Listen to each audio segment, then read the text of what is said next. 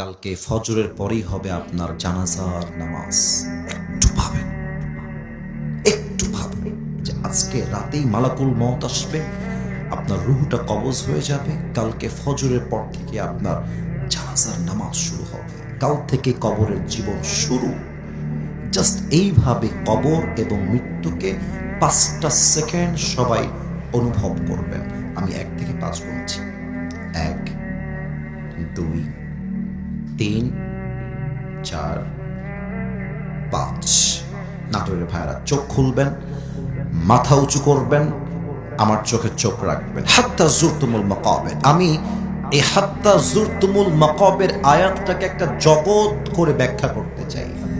আপনাদের সবাইকে একটা কল্পনার জগতে আমি আজকে নিয়ে যেতে চাই। ভাবেন, হঠাৎ করে আপনার সামনে মালাকুল মওত চলে আসছে আপনার মৃত্যুর সময়। আপনার মৃত্যু কত বড্ড ভয়ঙ্কর হবে।